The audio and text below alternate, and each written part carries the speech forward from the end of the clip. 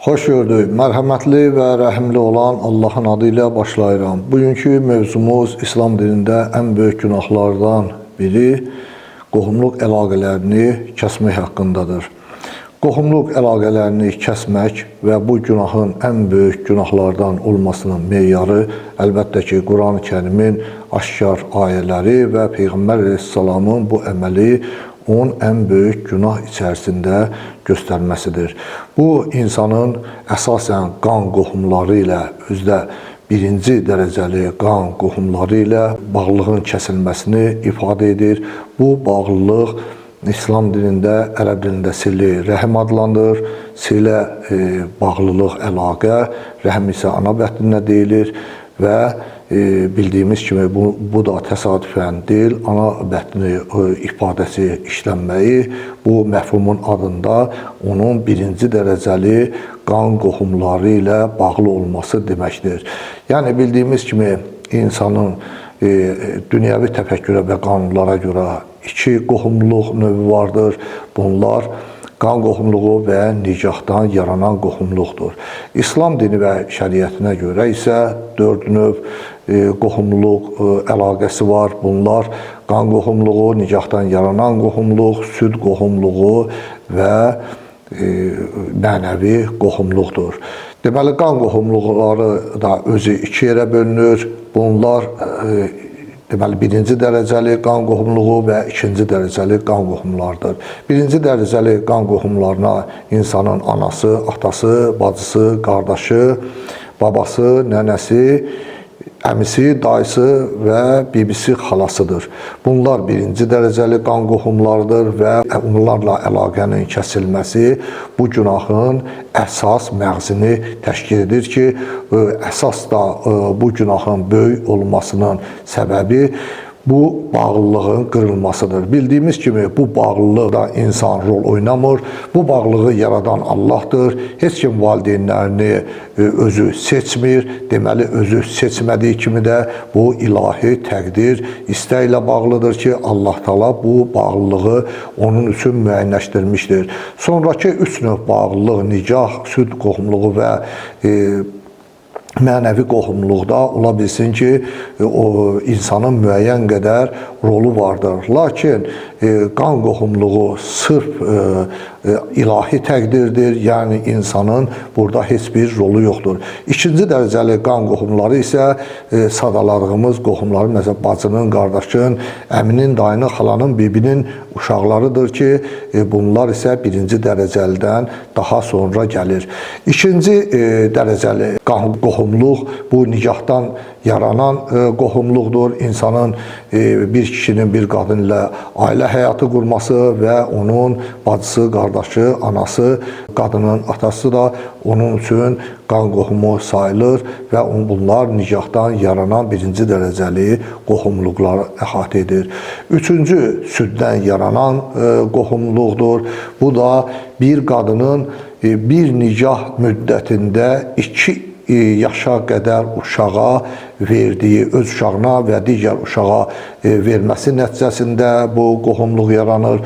Bildiyimiz kimi burada mütləq şəkildə biz bilməliyik ki, İslam şəriətində bu 2 yaşa qədərdir. 2 yaşdan sonra bir uşaq nə qədər bir qadından süd içərsə, onun uşaqları ilə onun süd qohumluğu yaranmayacaq. Çünki 2 yaşına qədər uşağın içdiyi süd onun qanında, canında, iliyində müəyyən qədər mühüm yer tutur və buna görə o həmin süd içdiyi qadının da uşaqları ilə qohumluq əlaqəsi, bağlılığı daşıyır. Bu məsələdə 2 şərt var.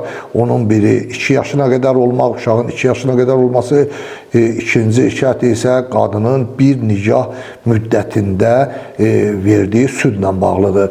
Yəni bir qadın əgər öz uşaqlarına süd verdikdən sonra əgər əri ilə boşanıb digər başqa kişi ilə ailə həyatı qurarsa və ondan hamilə olub digər uşaqlara süd verərsə, bu əvvəlki öz uşağı ilə digər yad uşaqları arasında qohumluq bağlılığı yaranmayacaq.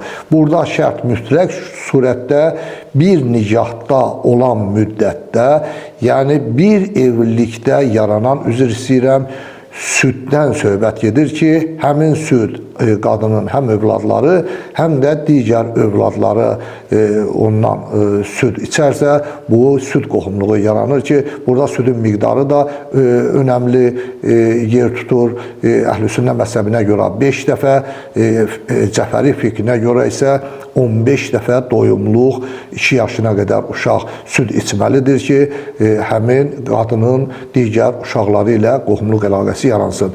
Deməli, 4-cü qohumluq növü isə mənəvi qohumluq adlanır. Bu, bir insanı himayə etmək, ona qəyyumluq etmək, onu tutaq ki, böyütmək, onun həyatında mühüm rol oynamaqla bağlıdır ki, İslam şəriəti də onun bu bağlılıqda olan hüququnu təsbit edir. Digər tərəfdən, bu övladlığa götürmə də bura daxildir və bir övladı olan və yaxud da olmayan bir valideynin uşağı götürüb ona boya başa çatdırması və onu övlad etməsi ilə bağlıdır ki, burada da həmin hüququ, düzdür, İslam şəriətində valideynlik hüququ olmasa da, həmin uşaq sırf götürən valideynin uşağı olmasa da, lakin onun üzərindəki mənəvi haqqı İslam dini təsbit edir və onunla da bu qohumluq bağının da qırılması insanın nankörlük halına girir və böyük günahlardan hesab olunur. Deməli, Quran-ı Kərimdə Allah Teala 4-cü surə Ən-Nisa surəsinin 1-ci ayəsində qohumluq əlaqələrini kəsməkdən həzər edin deyə müsəlmanlara birbaşa əmr edir və Peyğəmbər əleyhissalamın da hədislərində qohumluq əlaqələrini kəsənin cənnətə girə bilməzəyi haqqında bir çox hədislər var və Quran-ı Kərimin Allah Teala Ən-Nisa 4-cü surəsinin 36-cı ayəsində bildirir ki, Allaha ibadət edin və ona heç bir şey şərik qoşmayın. Ata-anaya, qohum, əqrabaya, yetimlərə, yoxsullara, yaxın və uzaq qonum-qonşuya, yaxın dosta, pulu qurtarıb yolda qalan müsafirlərə, yolçulara, əlinizin altında olan qul və kənizlərə yaxşılıq edin. Həqiqətən Allah özünü bəyənənləri, lovğaları sevməz. Buradan da, ayədən də aşkar şəkildə görüşür ki, Allah Teala özünə ibadət və itaət etməyi və özünə şərik qoşmamaq əmrindən dərhal sonra ata-anaya və qohumlara yaxşılıq etməyi buyurur. Bu yaxşılıq etməyi bəziləri yalnız maddi halda bilirlər. Bu qətiyyən təkcə maddiyyəti ifadə etmir. Baxmayaraq ki, İslam şəriətində insanın verdiyi bütün yaxşılıqların içərisində onun ilk növbədə ailəsi, bəzi məsələlərdə ailəsi, bəzisində isə yaxın qohumlar gəlir. Söhbət zəkatdan tutmuş, sədəqəyə qədər insanın elədiyi hər bir yaxşılıq, bir köməklik, birinci növbədə əgər həmin kateqoriya, əgər kasıblıq, fəqirlik kateqoriyasında olarsa və bu kateqoriya insanın öz qohumları içərisində olarsa, İslam şəriəti mütləq surətdə birinci ayələrdən də, bundan başqa da çoxsaylı ayələrdə Allah Teala dərhal birinci yaxın qohumlardan başlayır. Əgər bu qohumluq əvvəldə bildirdiyimiz kimi ilahi təqdir əsasında bu bağlılıq insana biçilmişdir və ilahi təqdir adlanır bu bağlılıq və bu bağlılıq insandan asılı deyildir. Ona görə bu bağlılığın kəsilməsi Allahın böyük qəzəbinə, onun Əl-Qahhar isminə məruz qalmağına insanın səbəb olur ki, bu da böyük günah kimi dəyərləndirilir. Deməli, yaxşılıq, İnsanın yaxşılığı bəzilər elə bilir ki, bu ətrafdan, yadlardan başlayır.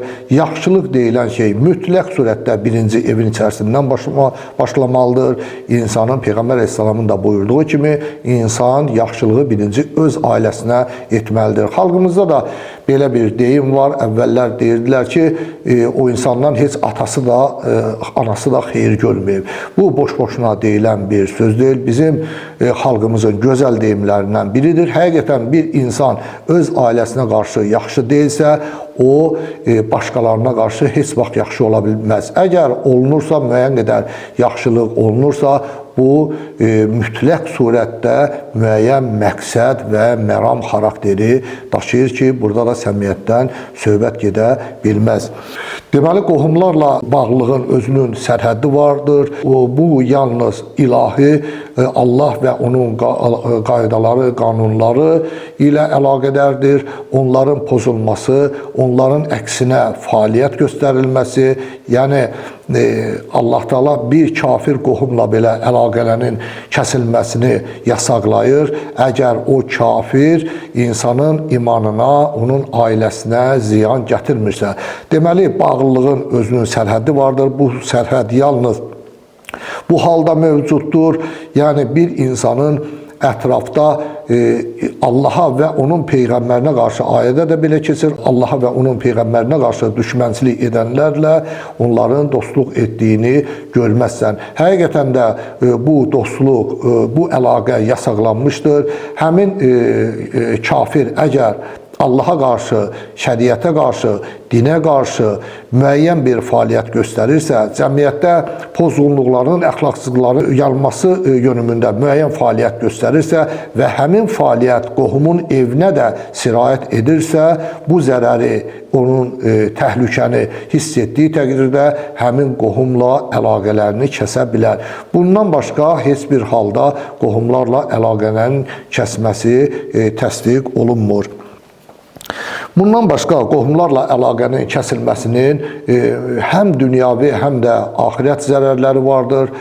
Dünyavi zərərlərində bir çox Peyğəmbər Əleyhisselamın hədislərindən götürülmüş deməli ilahi qəzəbə səbəb olur insanın qəfil ölümü faciəli şəkildə ölümünə səbəb ola bilər. Onun ömrünün az olması və deməli canvermə halında əzabının artırılması, ağırlaşması kimi və axirətdə isə onun ilahi qəzəbə düçar olması, yenə də ilahi rizadan, rəhmətdən uzaq düşməsi, Peyğəmbər Əleyhisselamın da hədislərində deyildiyi kimi onun cənnətə girməsinə mane olması və onunla haqq hesabın ağırlaşması, haqq hesabının isə ağırlaşması kimi dəyərləndirilmişdir.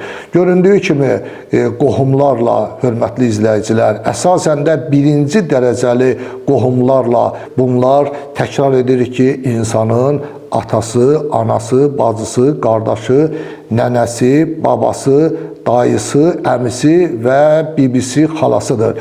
Və bunlar birinci dərəcəli qan qohumlardır ki, zərurət halı olmadan onlarla əlaqənin kəsilməsi ilahi qəzəbə səbəb olan böyük günahlardandır ki, biz hər kəsə bu əməldən uzaq durmağı arzulayırıq. Əssalamu aleykum və rəhmətullahi və bərəkatuhu.